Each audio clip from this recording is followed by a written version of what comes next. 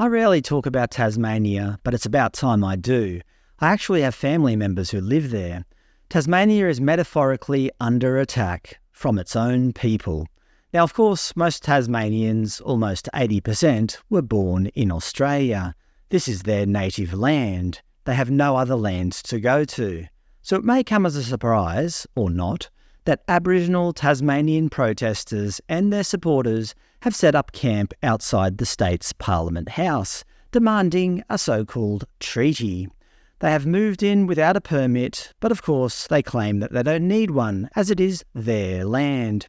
Campaign coordinator Nala Mansell from the Tasmanian Aboriginal Centre says the group won't be leaving until the government give in to their demands.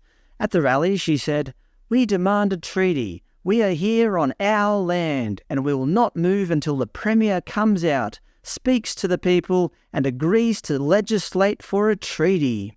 So what about all those other Tasmanians who were born here? Is it not their land too? Well, published on the TAC's website, Ms Mansell of course brings skin colour into the debate, because that's what determines whose land it is, apparently.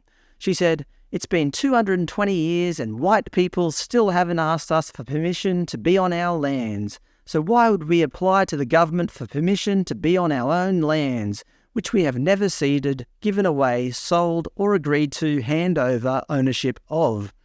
So hypothetically, if white people and presumably Chinese, Nepalese, Indian and Filipino people who make up significant proportions of the Tasmanian population, presuming they go along with this and ask permission from the 5% of Tasmanians who identify as Aboriginal to be on their land, and the Aboriginal people say no, where do 95% of the population go? Obviously, we must all agree that's not a realistic outcome. 95% of Tasmanians are not just going to pack up and leave without a fight. So if that's not a realistic outcome, what is? According to the TAC's treaty page under About Treaty, they want a change to the constitution that acknowledges the Palawa people as Tasmania's first people and the traditional and original owners of Tasmanian lands and waters. They also state, "The treaty would of course support meaningful land returns. This could include all Crown lands being returned under Aboriginal title. Furthermore, any treaty would include Palawa ownership of Aboriginal heritage and culture in this state. This would incorporate cultural authority over all returned lands, including over national parks and other public lands not yet returned." Regarding financial restitution, they state, "Reparations would include a guaranteed permanent financial resource. As a starting point, let's say 3% of GDP. So without doing a damn thing, simply because of their heritage, they want guaranteed Australian GDP to flow into their hip pocket. They also talk about having several designated Aboriginal parliamentary seats at the Commonwealth and state government level.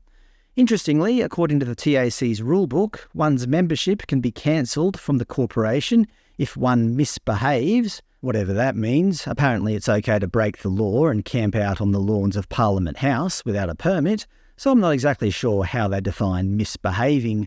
But also one's membership can be cancelled if one is not an Aboriginal or Torres Strait Islander person. Racism at its finest, right?